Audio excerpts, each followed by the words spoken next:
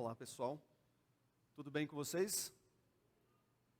Para Venite, né? Se eu não me engano, o nome é Venite. Ver se eu consigo ainda arranhar um pouquinho, não do haitiano, mas do francês. Bienvenue e bonjour. Bom dia e seja bem-vinda. Ela está ali. Bienvenue e bonjour. Seja bem-vinda, Venite. Eu fui pastor da primeira igreja haitiana da América do Sul por 2 anos. Mas, como a gente tem uma dificuldade tremenda de aprender o idioma lá, nós arranhávamos no portunhol, né, e no francês. E a primeira recomendação que me fizeram era que eu iria pastorear a igreja, mas não iria pregar para eles. Mas Deus me deu a graça de poder pregar quase todas as quartas para a igreja de haitiano em Porto Velho. Foi lá onde foi a primeira igreja de haitianos no Brasil. Tinha mais ou menos aí uns 70 haitianos. Foi para mim uma honra e uma grande alegria.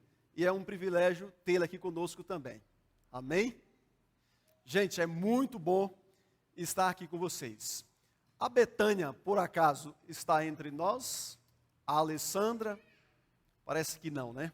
Mas sejam bem-vindos mais uma vez, depois de alguns dias, né, em que nós estivemos aí distantes. Eu dei uma passeadinha, fui ali para São Paulo, dei umas voltas, eu acredito que vocês também, conheci um pouco mais dessa região. E hoje, e se nós passarmos do 2º ano, aqui a família pastoral estará batendo o recorde de permanência numa região, porque nós nunca passamos mais de 2 anos num distrito. Se passarmos e fecharmos os 3 anos, Piracicaba vai ser a primeira cidade em que nós passamos mais de 2 anos. Amém? Que Deus nos abençoe e nos conduza, que Ele possa nos dar este privilégio. Mas, meus queridos, nós estamos voltando aí, né, de férias e também estamos voltando com as nossas programações via internet. E um bom dia e um feliz sábado para o nosso público aí da internet. Sejam bem-vindos, estamos juntos mais uma vez. Eu estava dizendo para o meu amigo Vlad, para ele acionar as forças especiais do Exército da Salvação.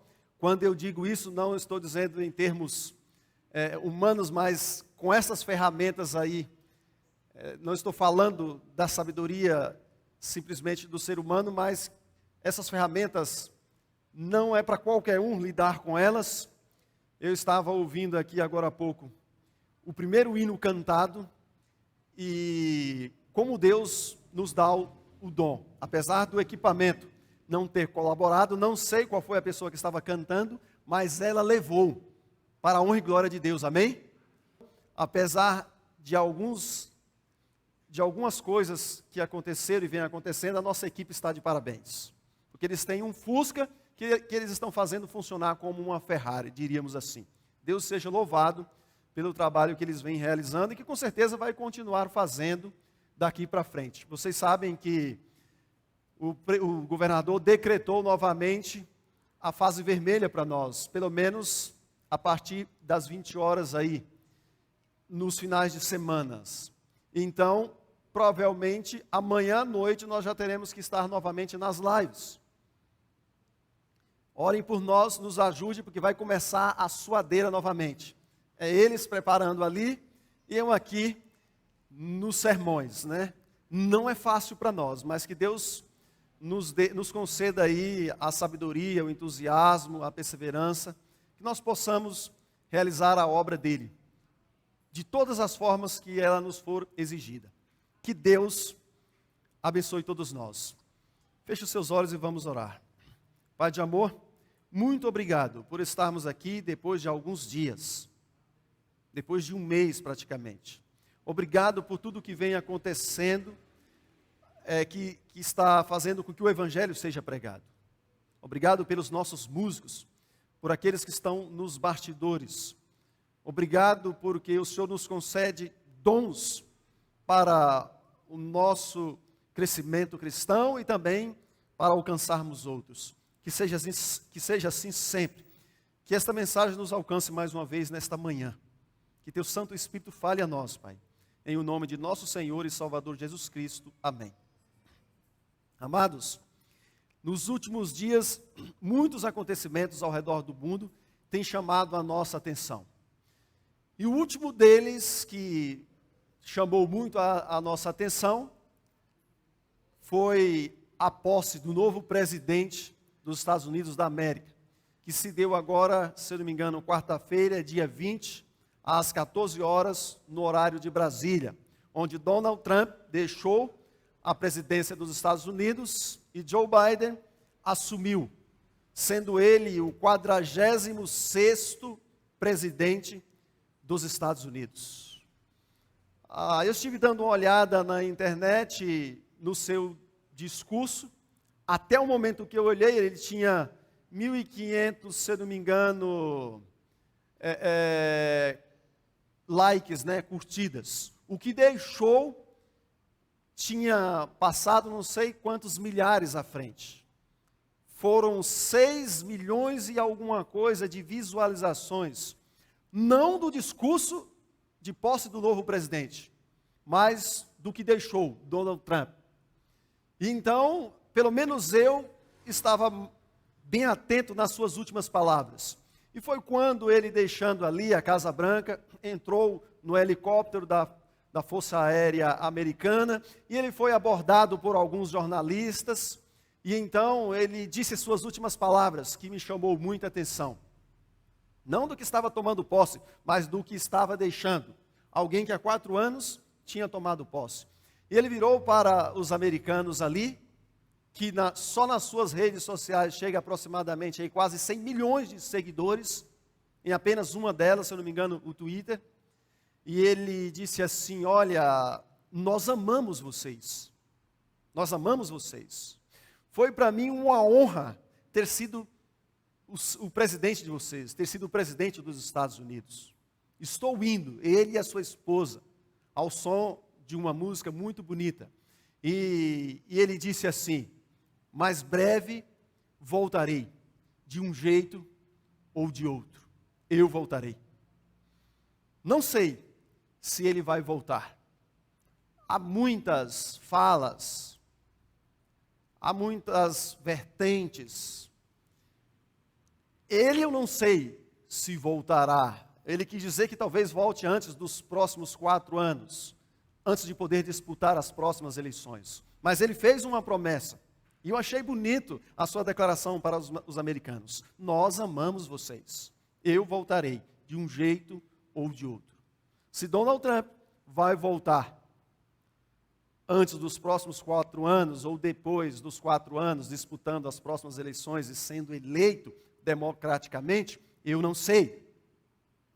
Mas as suas palavras me reportou, me levou a outro discurso de alguém muito mais importante do que Donald Trump. Quando ele estava falando, logo me veio no pensamento as últimas palavras de Jesus Cristo, antes de ascender aos céus, ali do Monte das Oliveiras.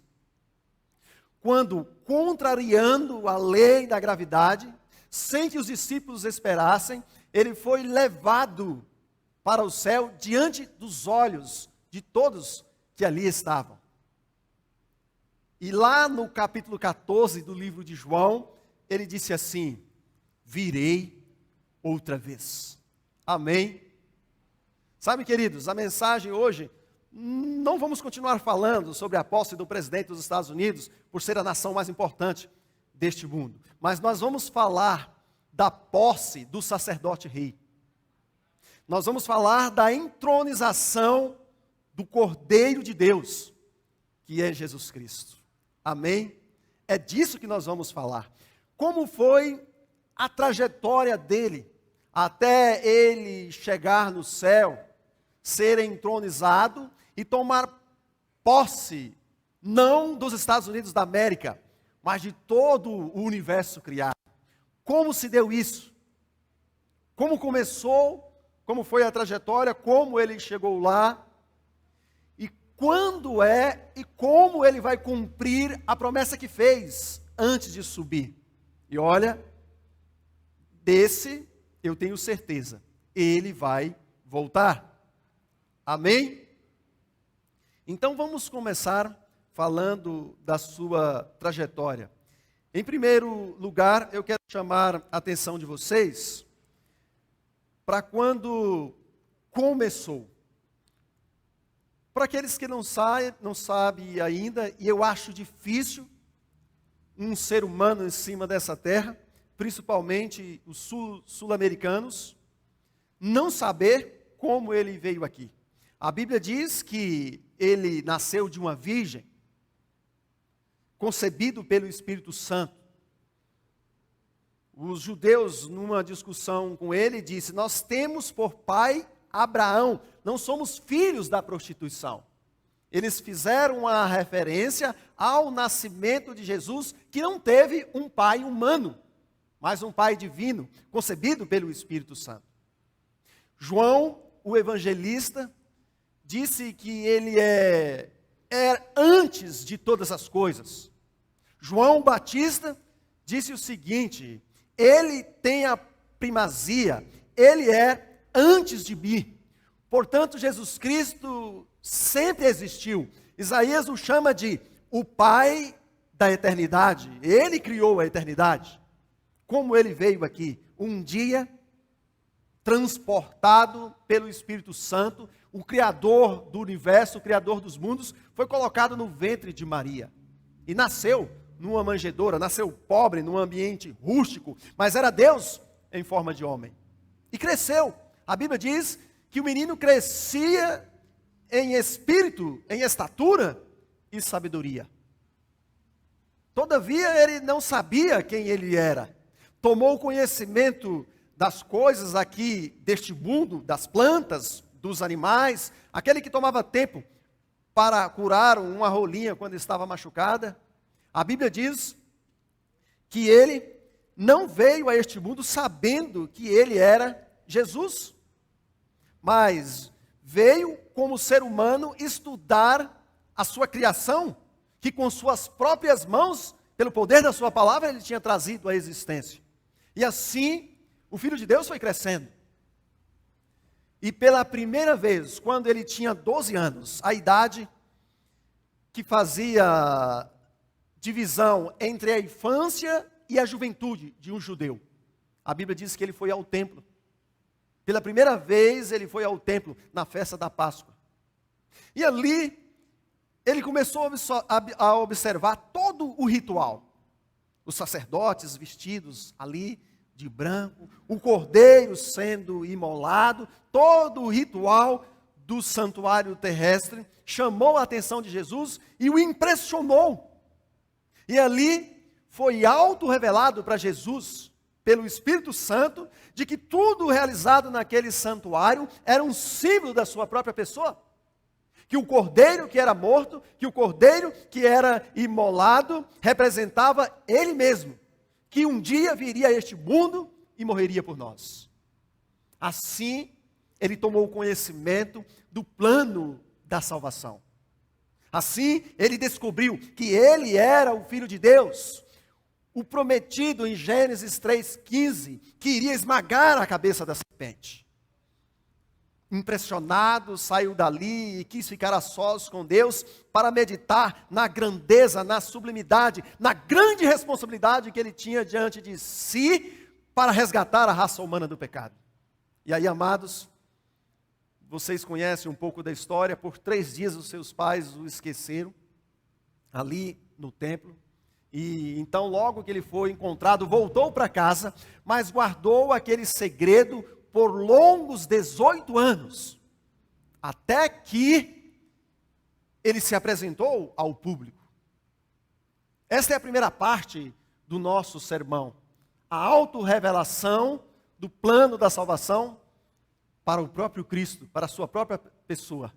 E então entra em cena o mensageiro. Lá no livro de Malaquias, Deus diz: o meu mensageiro, falando de João Batista, que começou a pregar e começou a arrastar as multidões. E o seu ponto preferido de pregação era ali próximo às margens do Jordão.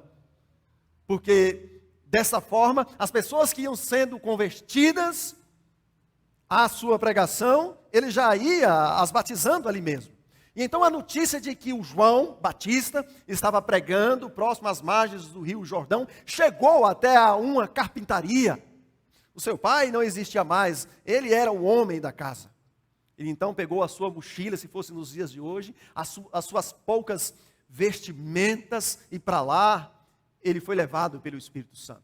E quando ele foi chegado ali, irmãos, quando ele foi chegando ali naquele local, onde todos estavam ouvindo o João Batista pregar, aqui entra a segunda parte, o nosso relacionamento com o Cordeiro de Deus, a nossa posição, a nossa postura para com o Cordeiro de Deus. Aqui entra João Batista representando todos nós, porque João Batista é um símbolo daqueles que hão de proclamar a mensagem do terceiro anjo, que a irmã acabou de mencionar, que está em Apocalipse 14. Eles eram primos, mas João Batista nunca tinha visto Jesus. A única vez que eles tiveram contato foi quando as duas mães se encontraram. E a criatura, quando se deparou com o Criador, pulou na barriga da sua mãe. Aquele foi o único contato, para que ninguém dissesse que eles tinham combinado. E quando Jesus foi chegando, João Batista cessa de pregar, cessa de falar, impressionado pelo Espírito Santo, ele aponta a mão e diz: eis aí o Cordeiro de Deus, que tira o pecado do mundo. Amém? Todos naquele momento deixaram de olhar para João Batista com as suas roupas diferenciadas, com o seu discurso que arrancava multidões do pecado, e se voltam para o Cordeiro de Deus. Amados, esta é a necessidade que o mundo tem hoje. Não é simplesmente de uma vacina que nós não sabemos o resultado. Alguns estão pensando que a vacina é a salvação contra o que nós estamos sofrendo agora. Que é um exército poderoso que vai resolver o problema, como o dos Estados Unidos, diante de todas as situações que nós estamos passando agora. Não. Alguns estão pensando que um bom economista, como o que nós temos, vai resolver todo o problema do Brasil. Não. Eis a maior necessidade do mundo, do Cordeiro de Deus. O nosso maior problema é o pecado. Não é o fato de sermos um país subdesenvolvido, ou qualquer outro que esteja na escala de desenvolvimento em termos globais, que esteja abaixo ou acima do Brasil. O nosso problema é o pecado. Nós precisamos do Cordeiro de Deus que tira o pecado do mundo e que me tira o pecado individualmente, como disse o apóstolo Paulo. Ele é o meu Salvador e morreu por mim. Essa é a sua função, essa é a minha função, essa é a nossa responsabilidade, apontar o Cordeiro de Deus para as pessoas, chamar a atenção das pessoas para o Cordeiro de Deus, não para mim. Estávamos conversando agora, quantos pastores deixaram a obra e quantos morreram nesta pandemia? Vêm e vão. Como Moisés morreu e Josué o substituiu, como Elias foi levado e Eliseu entrou em cena. Hoje estamos aqui e amanhã não somos nada. Hoje estou aqui pregando e feliz por ser o pastor de vocês, mas amanhã, quem sabe, eu posso estar em uma igreja, sentado o tempo todo, ouvindo outros. Só somos alguma coisa, porque Deus nos concede. E então, João Batista aponta para Jesus, os discípulos o seguem. E depois, certo dia, Jesus com seus discípulos pregando e batizando, se bem que Jesus não batizava, um dos discípulos de João Batista chegou para ele e disse assim: olha, aquele que você batizou, está batizando aí mais do que você, está arrebanhando aí muita gente. Alguém disse que aquela pessoa foi enviada pelo inimigo para suscitar uma intriga entre Jesus e João Batista. Mas João Batista, agora eu vou usar um termo que os jovens usam muito, era o cara. O inimigo tentou despertar em João Batista ciúmes do ministério de Jesus Cristo. Mas João Batista, simplesmente usado por Deus, porque era um homem de Deus, porque a sua missão era apontar o Cordeiro de Deus, ele disse assim: é necessário, eu não disse a vocês que ele tem a primazia, que eu não sou digno de amarrar as suas alparcas? É necessário que ele cresça e eu diminua. Não procure chamar a atenção das pessoas para o ser humano. Chame a atenção das pessoas para Jesus Cristo. Ele é o Cordeiro de Deus. Ele é antes de todas as coisas. Ele é a solução para os nossos problemas. Este é o relacionamento que nós temos que ter com Ele. O tempo passa. Conversava com o meu tesoureiro, ele me deu um abraço aqui na minha cintura, saiu caminhando e conversando comigo, o pastor Celestino. E nós conversávamos, porque ele aposenta esse ano, o presidente também, o secretário também. E disse: poxa, está chegando, né, o fim do seu ministério em termos oficiais. E ele disse: pois é, tudo passa, né, pastor? E eu disse para ele: me lembro quando você foi me apresentar lá na igreja de Piracicaba? Tudo passa. E eu disse para ele: foi o primeiro tesoureiro que me apresentou para a igreja. Tudo passa. Tudo passa, tudo se vai, mas o Cordeiro de Deus permanece para sempre.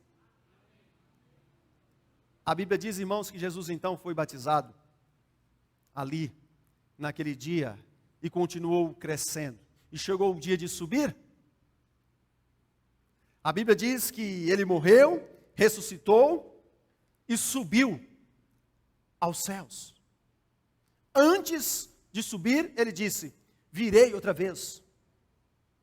Essa foi a trajetória dele até aqui. Mas para onde ele foi? Sabemos que ele foi para o céu. E o que ele está fazendo ali? E aí você vai para a Bíblia. Agora eu quero levar você para a Bíblia, no livro de Atos, capítulo... Pode pegar a sua Bíblia aí. Atos, capítulos... Já passo para vocês, capítulo 7. A Bíblia diz assim, a partir do verso 54. Amém? A Bíblia diz assim, falando da morte de Estevão: ouvindo eles isto, enfureciam-se no seu coração e rilhavam os dentes contra ele. Mas Estevão, cheio do Espírito Santo, fitou os olhos no céu e viu a glória de Deus e Jesus, que estava à sua direita, e disse: eis que vejo os céus abertos e o Filho do Homem em pé à destra de Deus. Foi para lá que Jesus foi, para ocupar o trono do universo à direita de Deus, uma posição privilegiada, uma posição de poder. Quando ele estava diante de Caifás, Caifás indagou: diga se tu és o Filho de Deus. E ele disse: em breve vereis o Filho do Homem à direita do Todo-Poderoso, vindo nas nuvens do céu. Jesus está ali. Não só Estevão nos fala isso, mas no livro de Romanos, a Bíblia diz assim, no capítulo 8, diz assim, ó, verso 34, você pode ler comigo? Diz assim, Romanos 8, 34. Quem os condenará? É Cristo Jesus quem morreu, ou antes quem ressuscitou, o qual está à direita de Deus e também intercede por nós. Ele está onde? Ao lado de Deus. No livro de Apocalipse, capítulo 3, 20, ele disse assim, 20 e 21, né? Aquele que vencer, sentará em tronos, comigo no meu trono, como eu venci e sentei com meu Pai. O Cordeiro de Deus venceu. Este é o título que mais se repete no livro do Apocalipse. O Apocalipse, o centro do Apocalipse não é a besta, nem a marca da besta, mas o Cordeiro de Deus. Porque tudo que ele fez como Cordeiro, lhe garantiu status do homem mais poderoso do universo. Homem, sim, do homem mais poderoso do universo. Ele levou a humanidade e a colocou no trono do universo. E Estevão disse que viu ele de pé. Olha que fantástico. Quando Estevão estava sendo apedrejado, Jesus levantou do seu trono, em carne humana, para dar a certeza do seu servo da salvação e para honrá-lo. Ele está à direita de Deus. 1 João 2,1 diz que ele é o nosso advogado.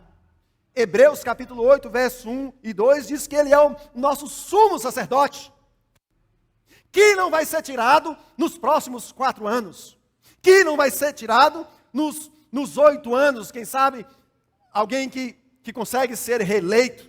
A Bíblia diz que o seu sacerdócio é para sempre. E você vai para o livro de Apocalipse, capítulo 4, verso 5, nos dá os detalhes desta entronização. E agora eu quero te levar para lá, Apocalipse 4. A Bíblia diz assim, ó. Estes 2 capítulos deveriam ser mais estudados por nós. Apocalipse 4 e 5. Se recomenda que nós leiamos e estudemos estes 2 capítulos. No capítulo 3, eu vou ler, diz assim, ó, verso 21.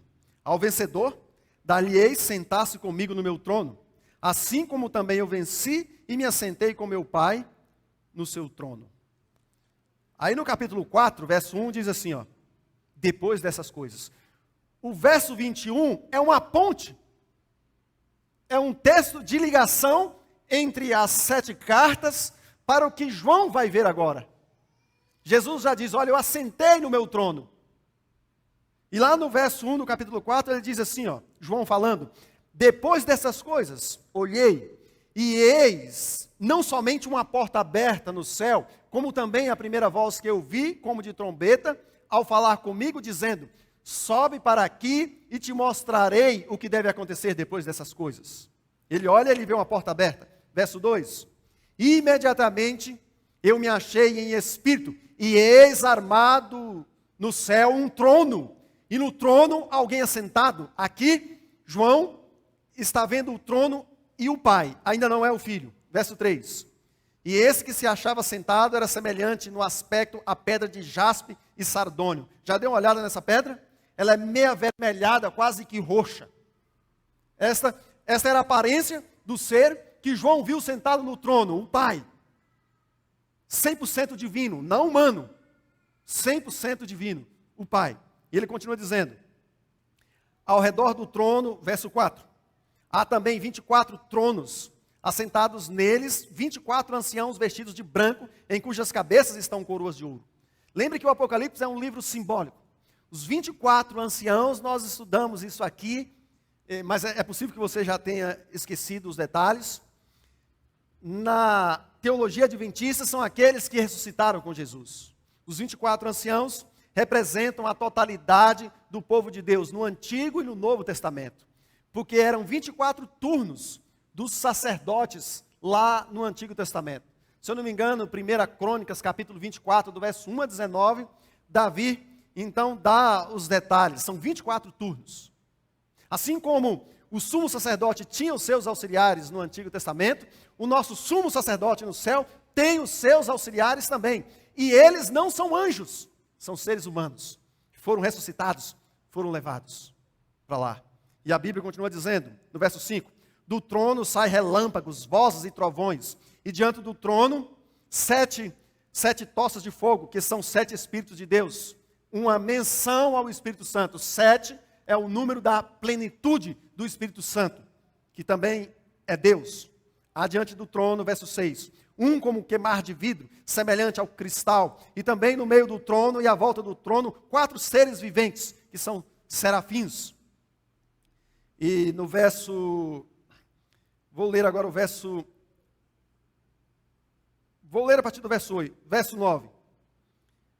Quando esses seres viventes derem glória, honra e ações de graças ao que se encontra sentado no trono, ao que vive pelos séculos dos séculos. Os 24 anciãos prostram-se diante dele. Agora eu vou pular para o verso 11. Tu és digno, Senhor e Deus nosso, de receber a glória, a honra e o poder. Porque todas as coisas tu criaste, assim por causa da tua vontade, vieram a existir e foram criadas. Aqui João vê a sala do trono do Pai. Aquele que disse assim, eis que este é o meu filho amado, quando Jesus foi batizado. Aqui ele está vendo Deus em seu trono. Mas no capítulo 5 é uma descrição de Jesus, do Cordeiro entronizado. E isso é muito interessante, isso é fantástico. Leiam comigo, capítulo 5, verso 1. Vi na mão direita daquele que estava sentado no trono, um livro escrito por dentro e por fora, de todo selado com 7 selos. Vi também um anjo forte que proclamava em grande voz: quem é digno de abrir o livro e de lhe desatar os selos? Ora, nem no céu, nem sobre a terra, nem debaixo da terra, ninguém podia abrir o livro, nem mesmo olhar para ele. E eu chorava muito, porque ninguém foi achado digno de abrir o livro, nem mesmo de olhar para ele. Todavia, um dos anciãos me disse: não chores, eis que o leão da tribo de Judá, a raiz de Davi, venceu para abrir o livro e os seus 7 selos. Então vi, no meio do trono, dos 4 seres viventes, e entre os anciãos, de pé, um cordeiro, como tendo sido morto. Amém? Quem ele viu aqui? Um cordeiro, como tendo sido morto. Pula aí, vem agora para o verso 8. Aliás, no finalzinho do verso 7 diz assim, ó: veio, pois, o cordeiro, verso 7 do capítulo 5, tomou o livro da mão direita daquele que está sentado no trono, agora o verso 8. E quando tomou o livro, os 4 seres viventes, os 24 anciãos, prostraram-se diante dele. E entoavam um novo cântico, dizendo: agora, digno é o Cordeiro. Primeiro, no capítulo 4, é a adoração do Pai. Agora é a adoração do Filho. Assim como os 24 anciãos, as criaturas e todos os seres viventes disseram que digno é aquele que está no seu trono, que criou todas as coisas, a mesma coisa eles fazem em relação ao Cordeiro. Verso 9. E entoavam um cântico dizendo: digno és de tomar o livro e de abrir os selos, porque foste morto, e com o teu sangue compraste para Deus os que procedem de toda tribo, língua, povo e nação. Aqui é uma referência aos 24 anciãos que estão ali representando todos os homens e mulheres da terra. Eles estão lá em pessoa. Todos os seres criados de outros mundos que não caíram, aponta para ele e diz: tu és digno, porque redimiste esses que aqui estão. E aí no verso 10, e os constituíste para o nosso Deus, reino e sacerdotes, e reinarão sobre a terra. Verso 11, vi e ouvi uma voz de muitos anjos ao redor do trono, dos seres viventes e dos anciãos, cujo número eram de milhões, milhões de milhares e milhares, proclamando em grande voz: digno é o Cordeiro que foi morto de receber o poder, a riqueza, sabedoria, força, honra, glória e louvor. Lembra que lá no capítulo 28, verso 18 de Mateus, ele diz para os discípulos: toda autoridade me foi dada no céu e na terra? Por causa dessa cerimônia aqui. Verso 13, e eu vi que toda criatura que há no céu e sobre a terra, debaixo da terra e sobre o mar, e tudo que neles há, estavam dizendo: aquele que está sentado no trono e ao Cordeiro, seja o louvor e a honra e a glória e o domínio pelos séculos dos séculos. Essa é a introdução, irmãos. Esta é a chegada. Essa é a cerimônia de posse de nosso Senhor Jesus Cristo, quando Ele chegou no céu. 40 dias depois da ressurreição, Ele sobe. Lá no capítulo 24 do livro de Salmos, existe ali um desafio dos anjos. Jesus é levado e é recebido nas nuvens. Quão orgulhosos os discípulos ficaram dele. Ao som de uma música muito linda e ao som de trombetas, 2 anjos descem. Um deles, Gabriel, o outro, a Bíblia não menciona o nome, mas foram os 2 que ressuscitaram Jesus. Um rolou a pedra e o outro disse: filho de Deus, levanta-te, o teu pai te chama. Esses 2 são os mais exaltados anjos do céu. Eles perderam o privilégio de receber Jesus com milhares e milhares de anjos para descer e falar para os discípulos: por que vocês estão olhando para o céu? Esse mesmo Jesus que vocês estão vendo subir, vai descer. o mesmo que tocou os leprosos, o mesmo que andou pelas ruas emporadas de Jerusalém, o mesmo que ressuscitou os mortos em carne e osso, ele virá outra vez. Lá no livro de Salmos, descreve que quando ele vai chegando no céu, irmãos, que coisa tremenda, eu queria ver isso. Um ser humano sendo recebido no céu, como o rei dos reis. Os anjos ali, escoltando e servindo um ser humano, que privilégio. E os anjos que estão com ele, bradam, abram, ó, portais eternos, para que entre o rei da glória. E os que estão lá dentro dizem assim, mas quem é este rei da glória? E os de fora diz, o Senhor forte, o todo, poderoso nas batalhas. E os portões da cidade santa vão se abrindo de par em par. Sabe quem mete a mão na maçaneta para puxar? Não é Gabriel, não. Moisés. Moisés que vai lá, manda a mão na maçaneta e dá o primeiro comando. Moisés, aquele que andou 40 anos no deserto com Jesus Cristo. Aquele que aconselhou Jesus, que foi aconselhado por ele. Moisés abre e Jesus entra. E a multidão com ele, cercado de anjos. E quando ele vai entrando, os anjos que estão dentro se prostram. E ele diz, agora não, calma, agora não. E ele vai diante do Pai. E ali ele traz os redimidos. De todas as épocas. E diz, eu venci a morte. Aqui estão eles comigo. Estão eles comigo. Naquele momento, Jesus é ungido. Está lá no livro de Hebreus, capítulo 1, verso 8 e 9. E Deus, o Pai no trono, fala assim, ó. O teu trono, ó Deus. O Pai falando para o Filho. O teu trono, ó Deus, subsiste para todo sempre. Porque amaste a justiça e odiaste o pecado. Jesus é ungido. Tão logo ele é ungido, ele ergue e fala, Pai, agora tem 12 homens esperando no cenáculo a plenitude do Espírito Santo. Envia agora o Espírito. Tão logo é concluída, é alcançada o clímax dessa cerimônia, o Espírito Santo desce sobre os discípulos no cenáculo. Porque Jesus havia dito, João Batista havia dito, eu vos batizo com água, mas vem aquele que vai batizá-los com fogo. Naquele momento Jesus é coroado, Rei dos reis e Senhor dos senhores. No Antigo Testamento, o rei, ele tomava posse. E ele não só governava, como ele também era o protetor do seu povo. Ali Jesus é sacerdote rei. Ele governa e é o nosso advogado.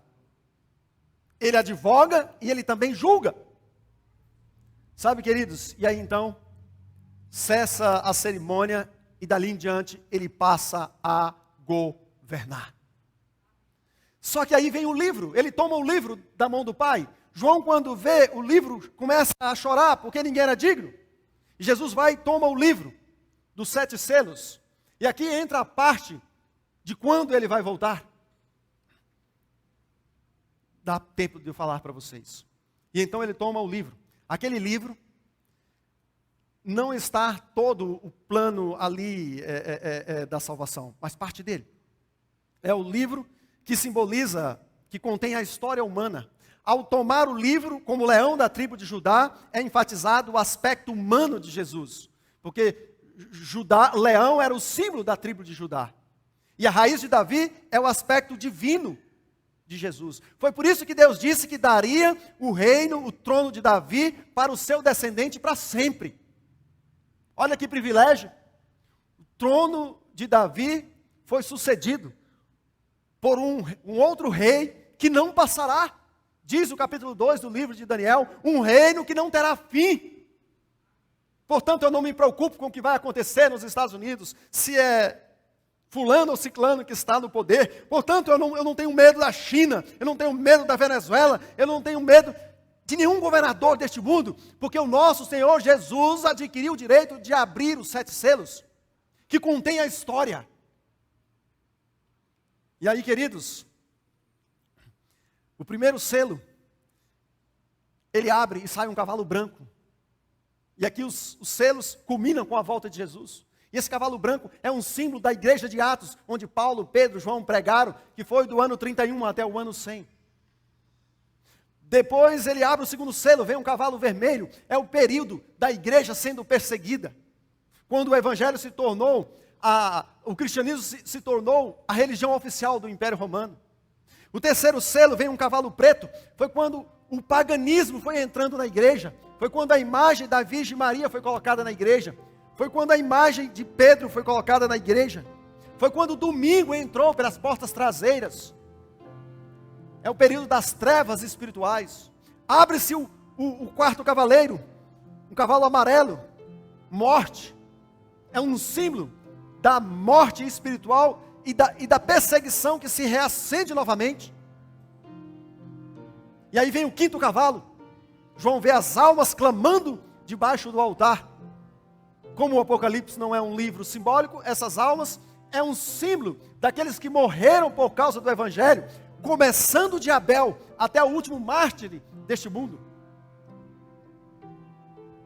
E é o período da reforma, com homens como Lutero, Wycliffe e outros mais, John Wesley. E depois abre o sexto selo. E aqui eu queria que você lesse a Bíblia comigo, capítulo 6. João, capítulo 6, verso 12, fala assim, ó. Vi, quando o cordeiro abriu o sexto selo, e sobreveio grande terremoto. O sol se tornou negro como saco de crina, e a lua toda como sangue. As estrelas do céu caíram pela terra, como a figueira, quando abalada por vento forte, deixa cair os seus figos verdes. Até aqui, já se cumpriu.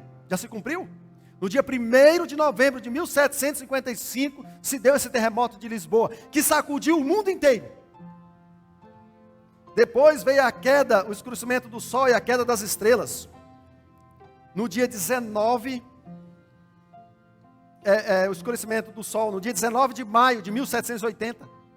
Isso foi registrado. E a lua tornou-se como sangue, né? E depois veio a chuva de estrelas, no dia 13 de novembro de 1833. Estes sinais já se cumpriram.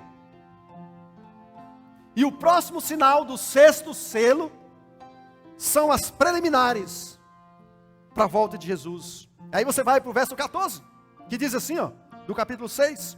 E o céu recolheu-se como um pergaminho quando se enrola.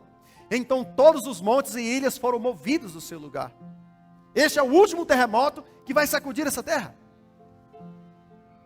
Nós estamos, irmãos, entre o verso 13 e o verso 14.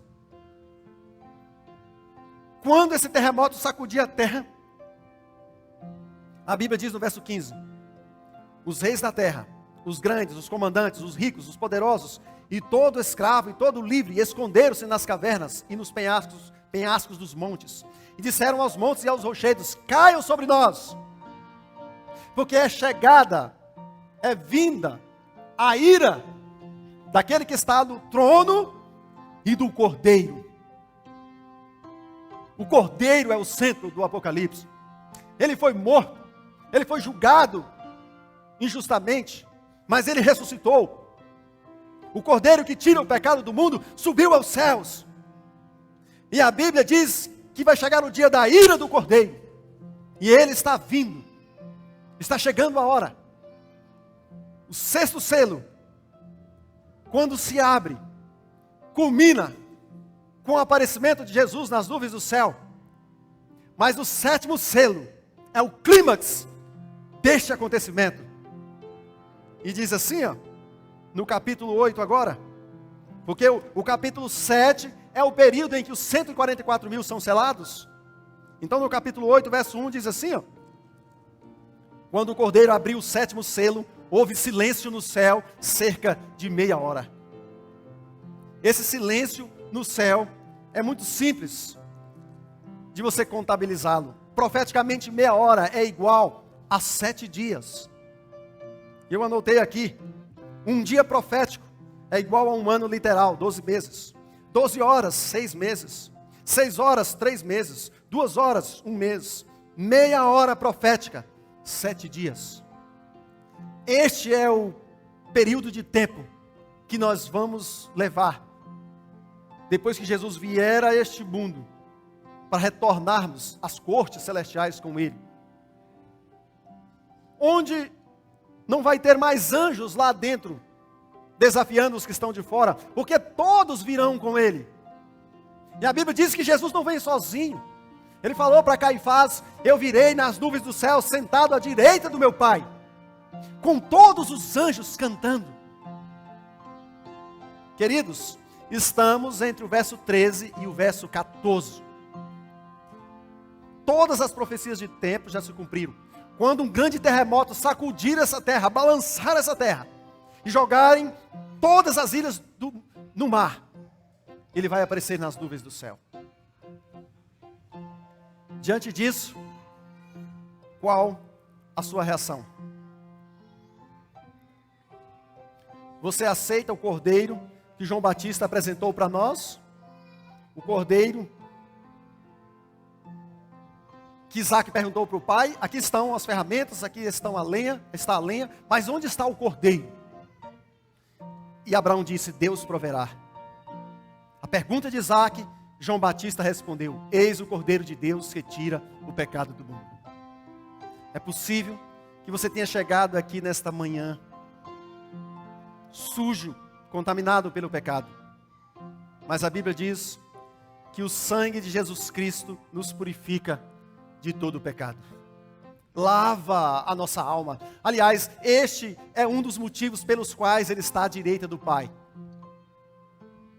Este é um dos motivos. Hebreus, capítulo 7, diz assim, verso 25. Por isso também pode salvar totalmente os que por Ele se achegam a Deus, vivendo sempre para interceder por eles. Qual é o seu pecado?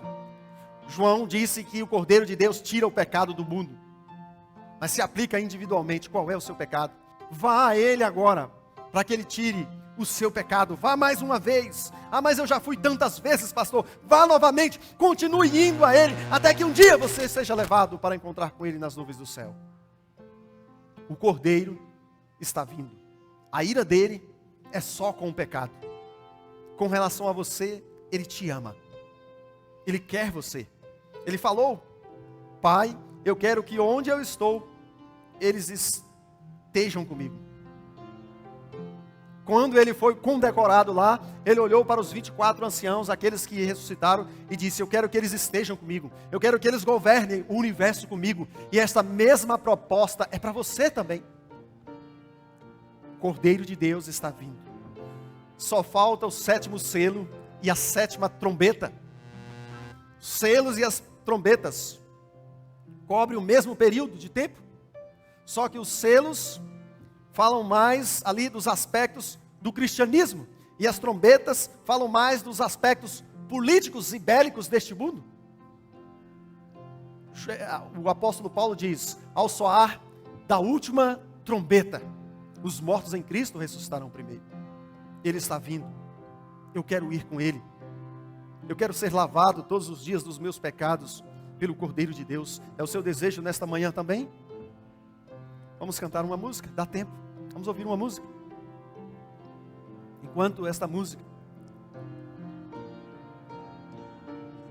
que creio eu, vai subir até o trono de Deus, e também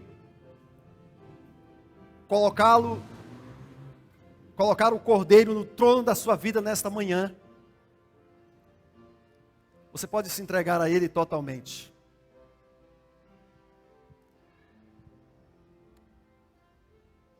Ouçamos este lindo hino.